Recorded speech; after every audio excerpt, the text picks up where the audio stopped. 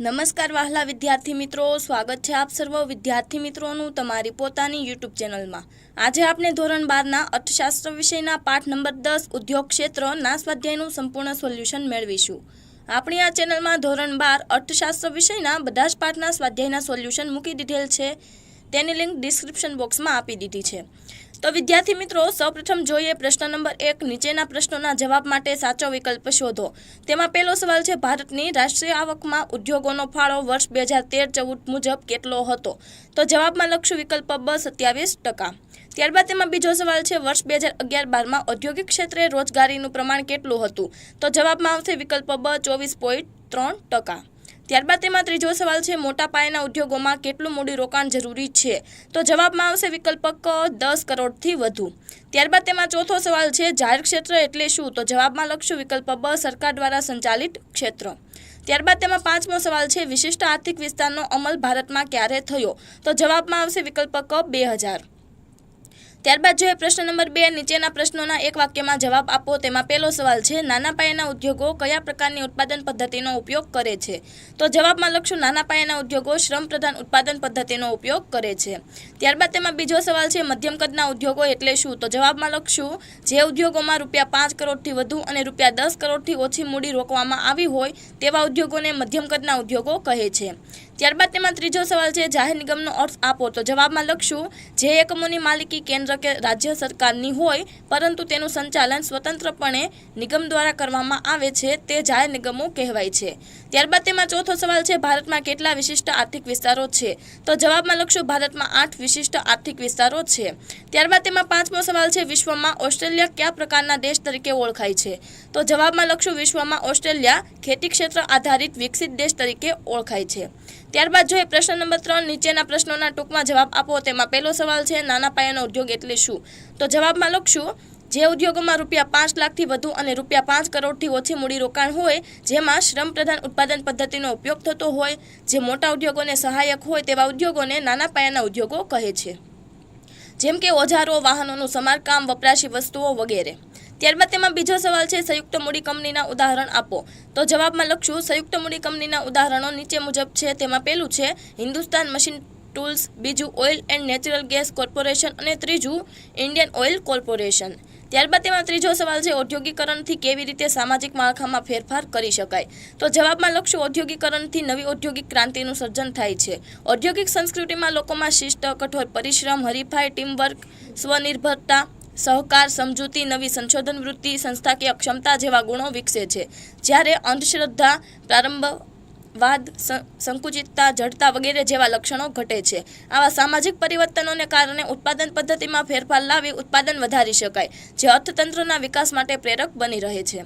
ત્યારબાદ તેમાં ચોથો સવાલ છે, ખેતીના આધુનિકરણમાં ઉદ્યોગો કેવી રીતે ઉપયોગી છે?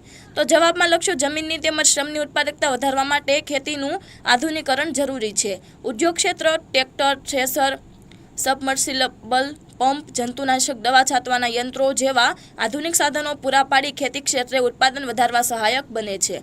ઉદ્યોગ ક્ષેત્રે રાસાયણિક ખાતર, જંતુનાશક દવાઓ વગેરે ઉત્પાદન કરી નવીન ટેકનોલોજીની મદદ દ્વારા ખેતી ક્ષેત્રનો વિકાસ શક્ય બને છે। આમ ખેતીના આધુનિકરણ માટે ઉદ્યોગ ક્ષેત્ર ઘણું ઉપયોગી પુરવાર થાય છે।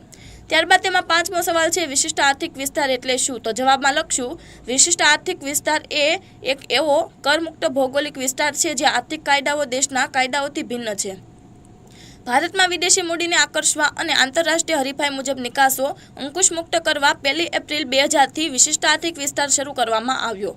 ભારતમાં ખાનગી વ્યક્તિ, સરકાર, સંયુક્ત ક્ષેત્ર, રાજ્ય સરકાર, રાજ્યની સંસ્થા કે વિદેશી સંસ્થા વિશિષ્ટ આર્થિક વિસ્તારનું નિર્માણ કરી શકે છે। બધા જ પ્રકારના વિશિષ્ટ આર્થિક વિસ્તારો સરકારના નિયંત્રણ હેઠળ હોય છે। ત્યારબાદ જોઈએ પ્રશ્ન નંબર 4। નીચેના પ્રશ્નોના મુદ્દાસર જવાબ આપો। તેમાં પહેલો સવાલ છે, ઉદ્યોગોનું મહત્વ સ્પષ્ટ કરતા 3 મુદ્દા સમજાવો। તો જવાબમાં લખશું દેશના ઝડપી આર્થિક વિકાસ માટે ઔદ્યોગિક ક્ષેત્રનો વિકાસ ખૂબ મહત્વનો છે। દેશમાં સામાજિક અને રાજકીય સ્થિરતા માટે ઉદ્યોગ ક્ષેત્ર મહત્વનો ભાગ ભજવે છે। ઉદ્યોગ ક્ષેત્રનું મહત્વ નીચેની બાબતો પરથી સ્પષ્ટ થાય છે। તેમાં પહેલું છે રાષ્ટ્રીય આવકમાં ફાળો। તો તેમાં લક્ષ્ય ઉદ્યોગોના વિકાસને કારણે દેશના અર્થતંત્રમાં ખેતી ક્ષેત્રનું પ્રભુત્વ ઘટ્યું છે અને ઉદ્યોગોનો રાષ્ટ્રીય આવકમાં ફાળો વધવા પામ્યો છે। આમ છતાં તે પૂરતો છે તેમ કહી શકાય નહીં। 1951માં રાષ્ટ્રીય આવકનો 16.6 ટકા હિસ્સો ઉદ્યોગોનો હતો, જે 2013-14માં વધીને 27% થયો. રાષ્ટ્રીય આવકમાં ઔદ્યોગિક ક્ષેત્રનો ફાળો વધતા સેવા ક્ષેત્રનો પણ વિકાસ થયો છે. ત્યારબાદ તેમાં બીજું છે રોજગારી. તો તેમાં લખશું ભારત અતિવસ્તી ધરાવતો દેશ છે. શ્રમનો પુરવઠો પૂર્ણ સ્વરૂપે ઉત્પાદકીય કાર્યોમાં રોજગાર મેળવી શક્યો નથી, પરંતુ આયોજનકાળ દરમિયાન ઉદ્યોગ ક્ષેત્રનો વિકાસ થતાં તેની રોજગાર ક્ષમતામાં વૃદ્ધિ થયેલ જોવા મળે છે. વર્ષ 1951માં 10.6% શ્રમિકો ઉદ્યોગ ક્ષેત્રે રોજગારી મેળવતા હતા. તે પ્રમાણ વધીને 2011-12માં 24.3% થયું. ઔદ્યોગિક ક્ષેત્રે નાના પાયાના ઉદ્યોગોનો વ્યાપ વધારવાથી રોજગારીના પ્રમાણમાં નોંધપાત્ર ફેરફાર લાવી શકાય છે.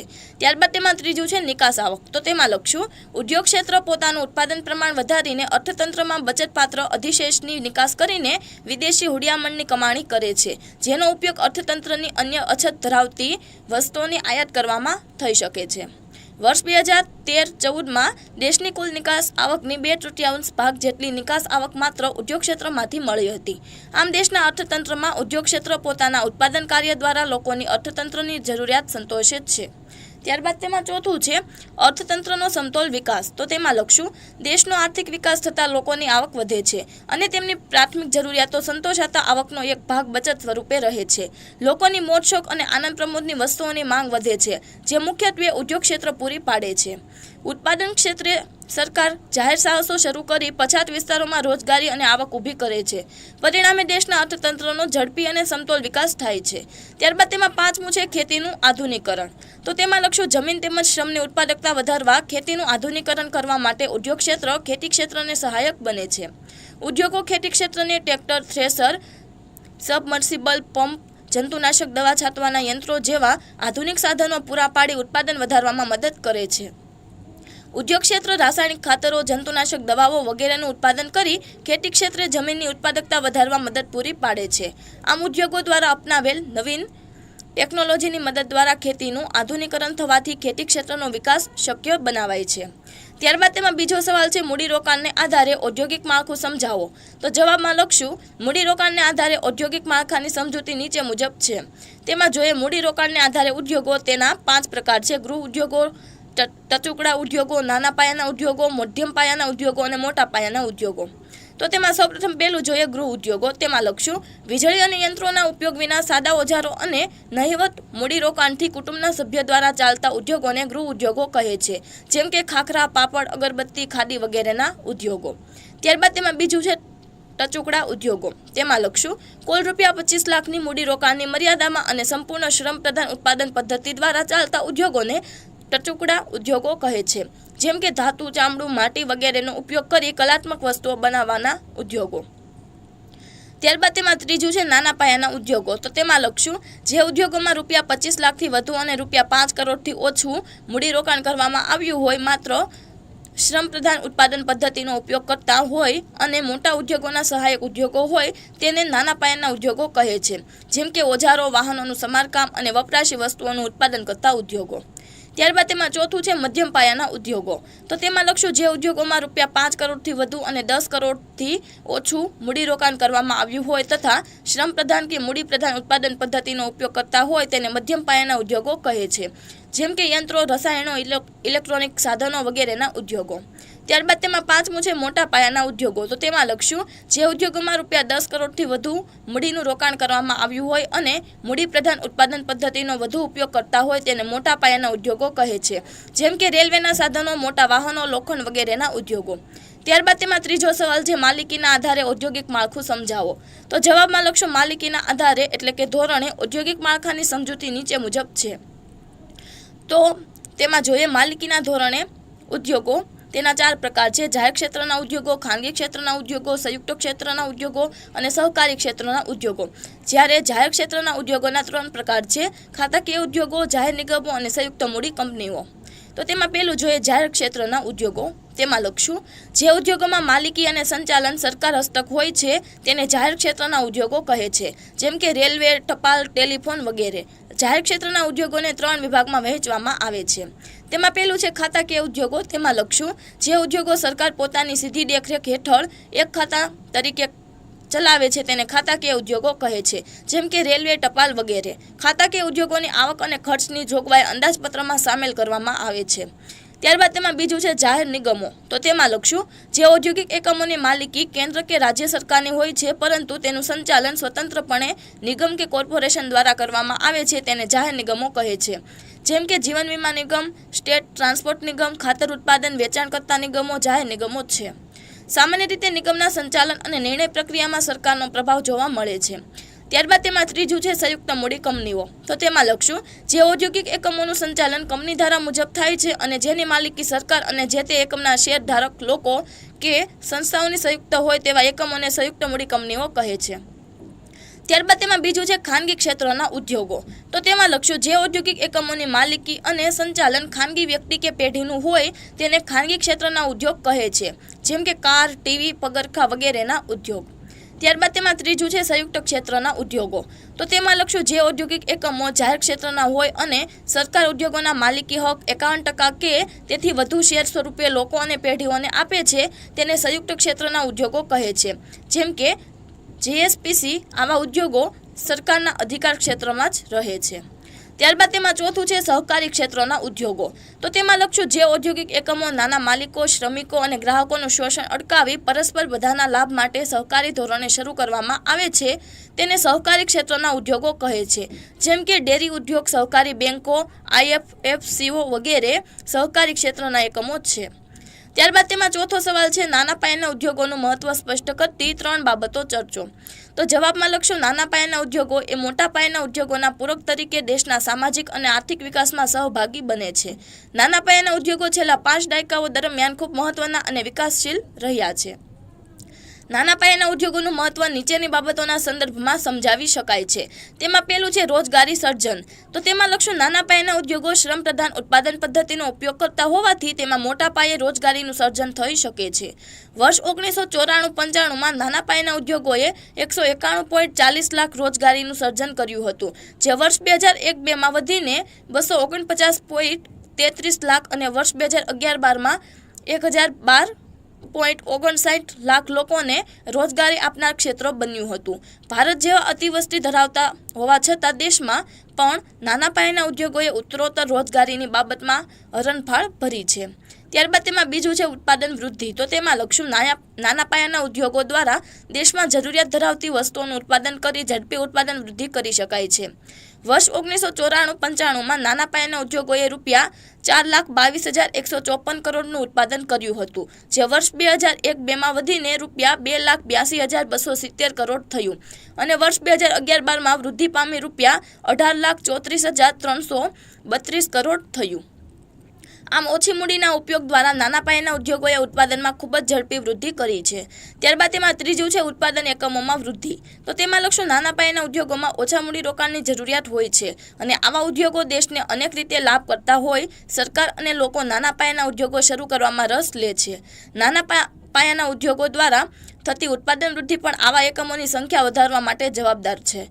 વર્ષ 1994-95માં નાના પાયાના ઉદ્યોગોના એકમો 79.60 લાખ હતા, જે વર્ષ 2001-2માં વધીને 105.21 લાખ થયા અને વર્ષ 2011-12માં વધી 447.73 લાખ થયા. આમ નાના પાયાના ઉદ્યોગોનો વિકાસ ભારતમાં ઔદ્યોગિકરણની દિશામાં ગતિશીલ રહ્યો છે. ત્યારબાદ તેમાં ચોથું છે નિકાસો. તો તેમાં લખશું ભારતની નિકાસોમાં નાના પાયાના ઉદ્યોગોનો ફાળો નોંધપાત્ર છે. વર્ષ 1994-95માં ભારતની નિકાસોમાં નાના પાયાના ઉદ્યોગોએ રૂપિયા 29,068 કરોડની નિકાસો કરી હતી, જે વર્ષ 2001-2માં વધીને 71,244 કરોડ અને 2006-07માં રૂપિયા 1,77,600 કરોડ સુધી વૃદ્ધિ પામી હતી. નાના પાયાના ઉદ્યોગોની નિકાસમાં વૃદ્ધિ થતાં વિદેશોમાં ભારતની વસ્તુઓ અને સેવાઓની માંગ વધી છે. પરિણામે વિદેશી હુંડિયામણની કમાણી થતાં દેશ માટે જરૂરી વસ્તુઓ અને સેવાઓની આયાત શક્ય બની છે. ત્યારબાદ તેમાં પાંચમું છે શ્રમ પ્રધાન ઉત્પાદન પદ્ધતિ. તો તેમાં લખશું નાના પાયાના ઉદ્યોગો શ્રમ પ્રધાન ઉત્પાદન પદ્ધતિનો ઉપયોગ કરે છે, તેથી તેમાં વધુ શ્રમ અને ઓછી મૂડીનો ઉપયોગ થાય છે. ઉત્પાદનમાં અન્ય સાધનો, જમીન અને નિયોજકને સ્થિર રાખી નાના પાયાના ઉદ્યોગો ઉત્પાદન વધારી રોજગારીનું સર્જન કરે છે. ત્યારબાદ તેમાં પાંચમો સવાલ છે વિશિષ્ટ આર્થિક વિસ્તારનું મહત્વ ટૂંકમાં સમજાવો. તો જવાબમાં લખશું વિશિષ્ટ આર્થિક વિસ્તાર એ એક એવો કરમુક્ત ભૌગોલિક વિસ્તાર છે જે આર્થિક કાયદાઓ દેશના કાયદાઓથી જુદા હોય છે.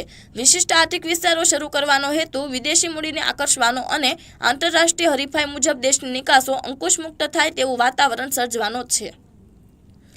વિશિષ્ટ આર્થિક વિસ્તારોમાં કાયદા દ્વારા કર રાહતો આપી વિદેશી મૂડીરોકાણકારોને આકર્ષવામાં આવે છે. આવા મૂડીરોકાણ દ્વારા દેશની નિકાસો વધારી દેશના ઉત્પાદિત ક્ષેત્રોનો વિકાસ કરી તેને વિશ્વ સમકક્ષ બનાવવામાં આવે છે. ભારતમાં 8 વિશિષ્ટ આર્થિક વિસ્તારોની સ્થાપના કરવામાં આવી છે, જેમને સરકાર દ્વારા અંકુશિત કરાય છે.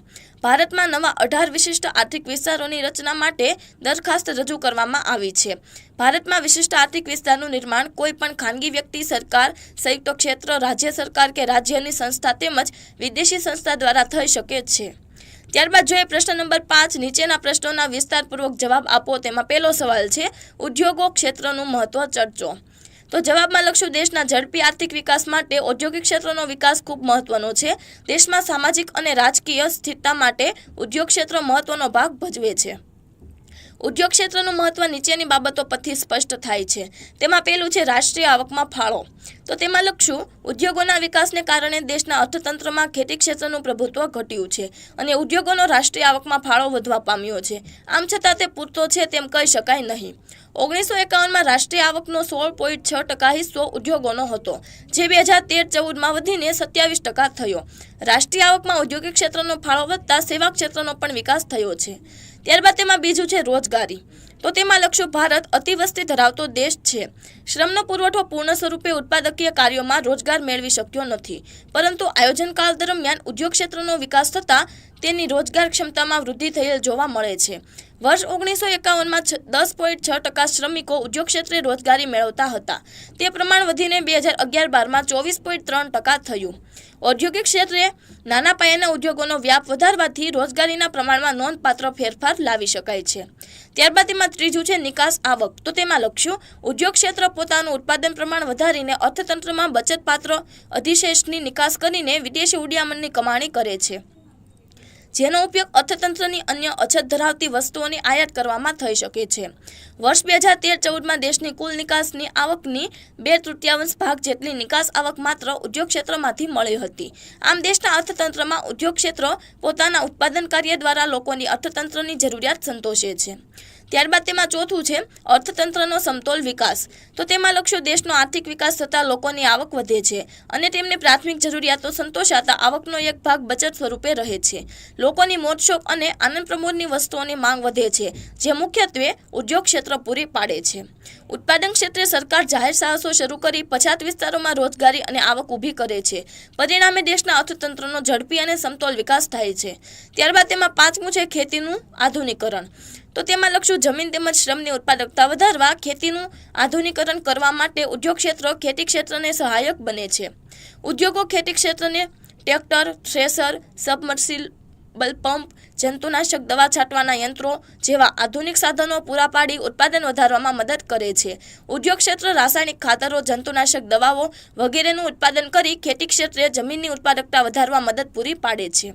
આમ ઉદ્યોગો દ્વારા અપનાવેલ નવીન ટેકનોલોજીની મદદ દ્વારા ખેતીનું આધુનિકરણ થવાથી ખેતી ક્ષેત્રનો વિકાસ શક્ય બનાવાય છે.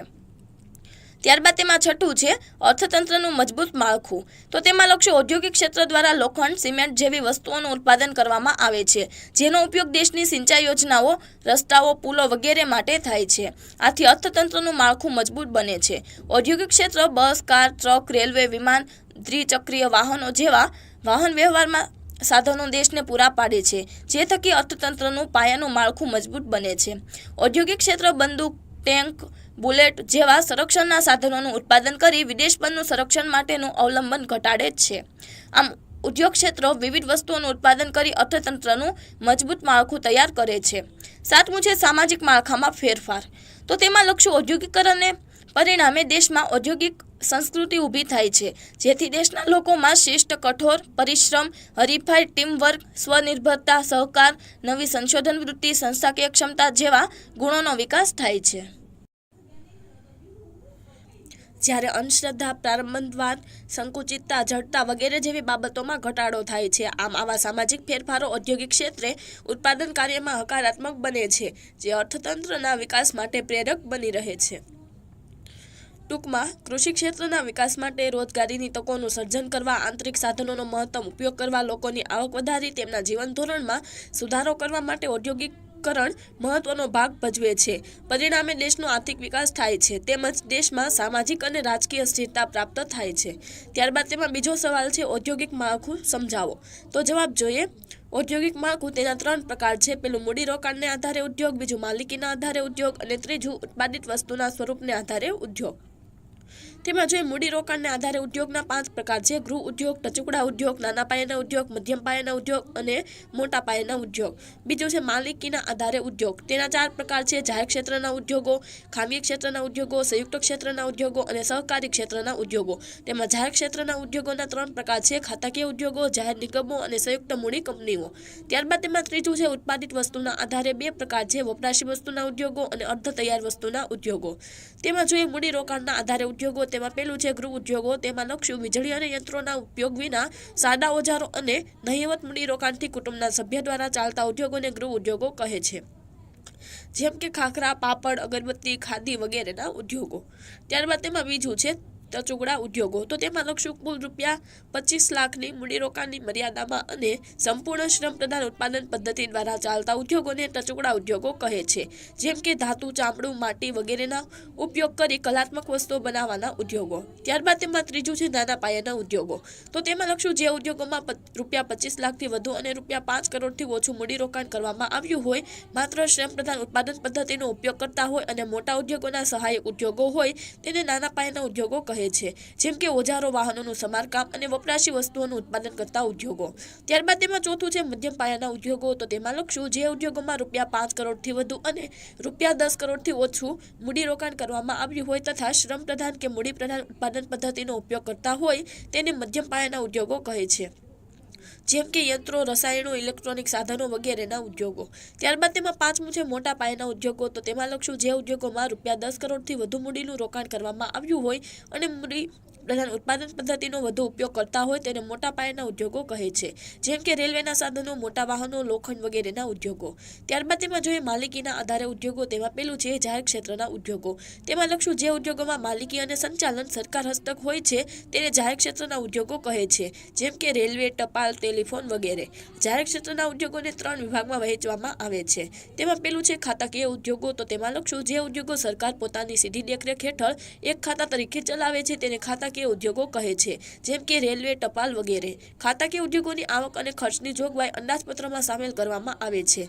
ત્યારબાદ તેમાં બીજું છે જાહેર નિગમો. તો તેમાં લખશું જે ઔદ્યોગિક એકમોની માલિકી કેન્દ્ર કે રાજ્ય સરકારની હોય છે, પરંતુ તેનું સંચાલન સ્વતંત્રપણે નિગમ કે કોર્પોરેશન દ્વારા કરવામાં આવે છે, તેને જાહેર નિગમો કહે છે, જેમ કે જીવન વીમા નિગમ, સ્ટેટ ટ્રાન્સપોર્ટ નિગમ, ખાતર ઉત્પાદન વેચાણ કરતા નિગમો જાહેર નિગમો છે. સામાન્ય રીતે નિગમના સંચાલન અને નિર્ણય પ્રક્રિયામાં સરકારનો પ્રભાવ જોવા મળે છે. ત્યારબાદ તેમાં ત્રીજું છે સંયુક્ત મૂડી કંપનીઓ. તેમાં લખશું જે ઔદ્યોગિક એકમોનું સંચાલન કંપની ધારા મુજબ થાય છે અને જેની માલિકી સરકાર અને જે તે એકમના શેરધારક લોકો કે સંસ્થાઓની સંયુક્ત હોય તેવા એકમોને સંયુક્ત મૂડી કંપનીઓ કહે છે. ત્યારબાદ તેમાં બીજું છે ખાનગી ક્ષેત્રના ઉદ્યોગો. તો તેમાં લખશું જે ઔદ્યોગિક એકમોની માલિકી અને સંચાલન ખાનગી વ્યક્તિ કે પેઢીનું હોય, તેને ખાનગી ક્ષેત્રના ઉદ્યોગ કહે છે, જેમ કે કાર, ટીવી, પગરખાં વગેરેના ઉદ્યોગ. ત્યારબાદ તેમાં ત્રીજું છે સંયુક્ત ક્ષેત્રના ઉદ્યોગો. તો તેમાં લખશો જે ઔદ્યોગિક એકમો જાહેર ક્ષેત્રના હોય અને સરકાર ઉદ્યોગોના માલિકી હક 51% કે તેથી વધુ શેર સ્વરૂપે લોકો અને પેઢીઓને આપે છે, તેને સંયુક્ત ક્ષેત્રના ઉદ્યોગો કહે છે, જેમ કે જીએસપીસી. આવા ઉદ્યોગો સરકારના અધિકાર ક્ષેત્રમાં જ રહે છે. ત્યારબાદ તેમાં ચોથું છે સહકારી ક્ષેત્રના ઉદ્યોગો. તો તેમાં લખશું જે ઔદ્યોગિક એકમો નાના માલિકો, શ્રમિકો અને ગ્રાહકોનું શોષણ અટકાવી પરસ્પર બધાના લાભ માટે સહકારી ધોરણે શરૂ કરવામાં આવે છે, તેને સહકારી ક્ષેત્રના ઉદ્યોગો કહે છે, જેમ કે ડેરી ઉદ્યોગ, સહકારી બેંકો, આઈએફએફસીઓ વગેરે સહકારી ક્ષેત્રના એકમો છે. ત્યારબાદ તેમાં જોઈએ ઉત્પાદિત વસ્તુના સ્વરૂપને આધારે ઉદ્યોગો. તેમાં લખશું ઉત્પાદિત વસ્તુ કયા સ્વરૂપની છે તેના આધારે આવા ઉદ્યોગો 2 પ્રકારના છે.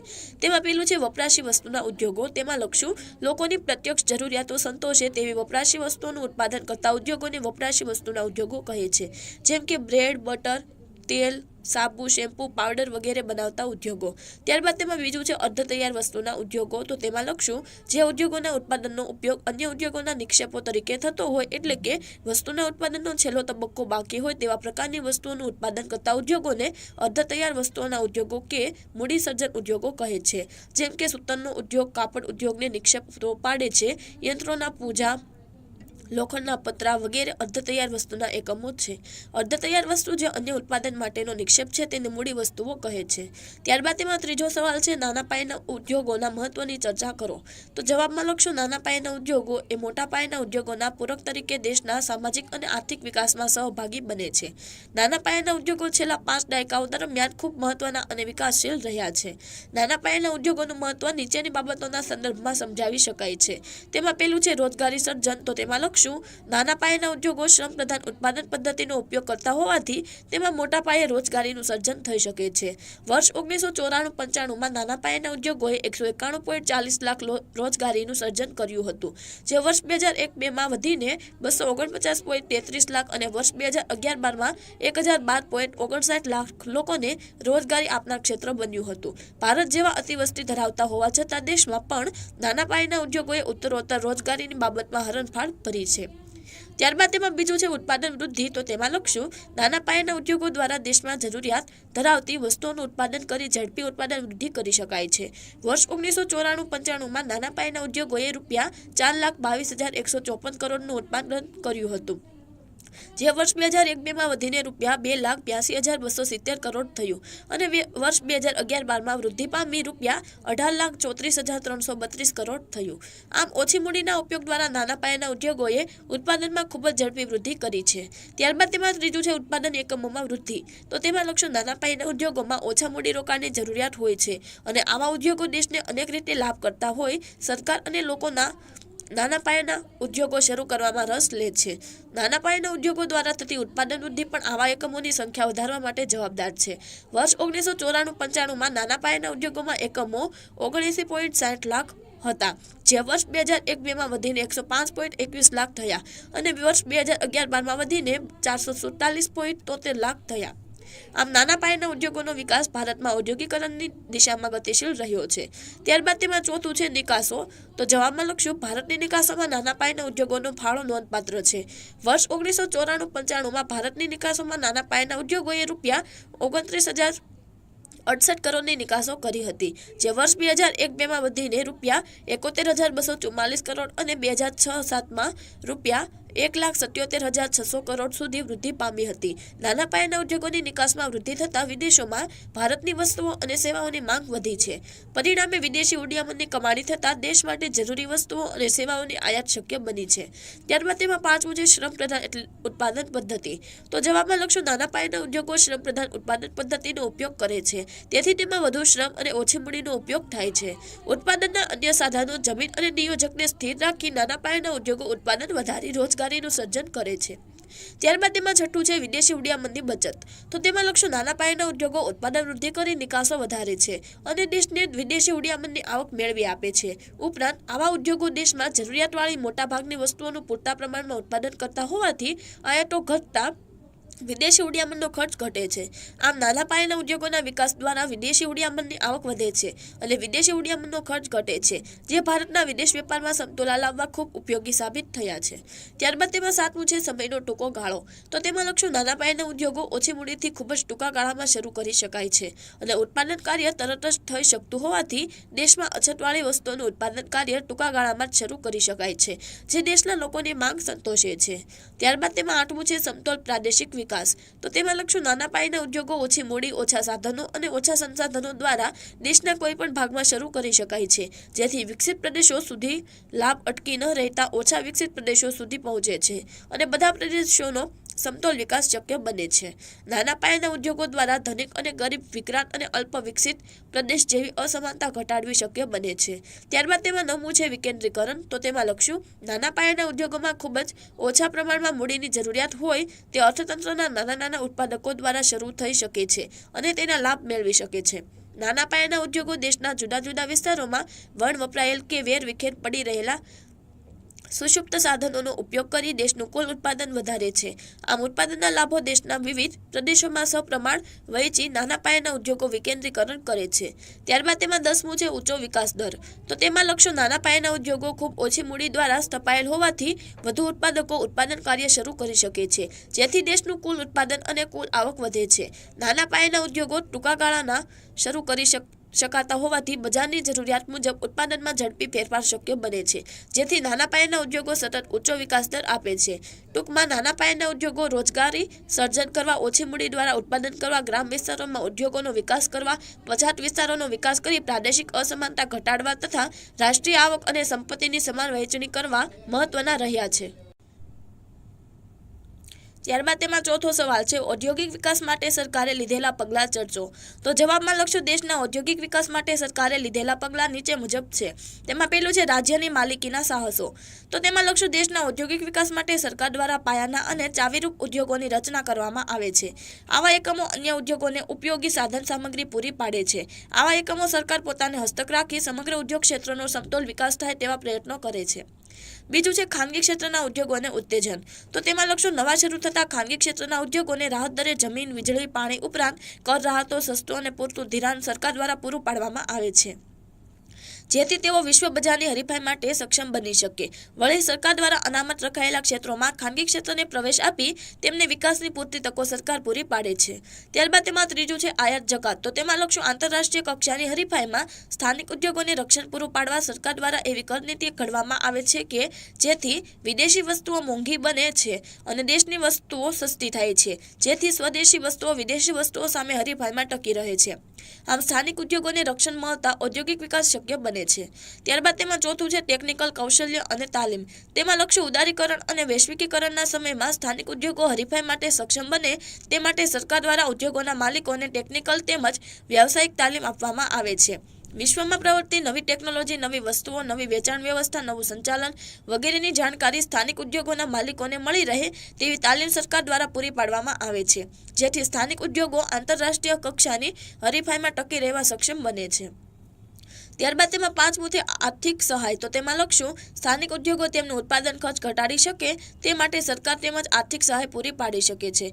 સ્થાનિક ઉદ્યોગોનું ઉત્પાદન ખર્ચ ઘટતા તેઓ જે તે વસ્તુ આંતરરાષ્ટ્રીય બજારમાં નીચા ભાવે વેચી શક્ય તેટલી કિંમત લાભ મેળવી પોતાની વસ્તુઓની માંગ વધારે છે. સરકાર સસ્તી જમીન, પાણી, વીજળી, વાહન વ્યવહારની સવલતો, ધિરાણ વગેરે પ્રકારની આર્થિક સહાય આપી સ્થાનિક ઉદ્યોગોને મદદ કરે છે, જેથી સ્થાનિક ઉદ્યોગો સક્ષમ બને અને દેશનું ઉદ્યોગ ક્ષેત્ર વિકાસ પામે. ત્યારબાદ તેમાં છઠ્ઠું છે પાયાની સુવિધાઓ. તેમાં લખશું ઉદ્યોગોના વિકાસ માટે સરકાર પાયાની સુવિધાઓ જેવી કે રસ્તા, પાણી, વીજળી, બેંકો, વીમો, ડ્રેનેજ જેવી અનેક સગવડો પૂરી પાડે છે.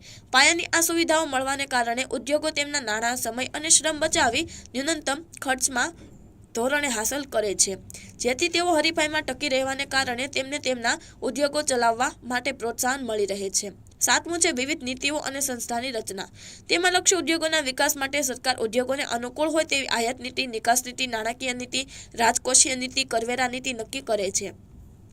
બજારમાં ઉદ્યોગોની અયોગ્ય હરીફાઈ અટકાવવા industrial act, company act, banking act, competition act વગેરે કાયદાઓ સરકાર ઘડે છે. ઉદ્યોગોને જરૂરી નાણાકીય મદદ મળી રહે તે માટે આઈડીબીઆઈ, એસઆઈડીબીઆઈ, આઈસીઆઈસીઆઈ, આઈએફસીઆઈ, એલટીસી, જીઆઈસી વગેરે સંસ્થાઓ રચવામાં આવી છે.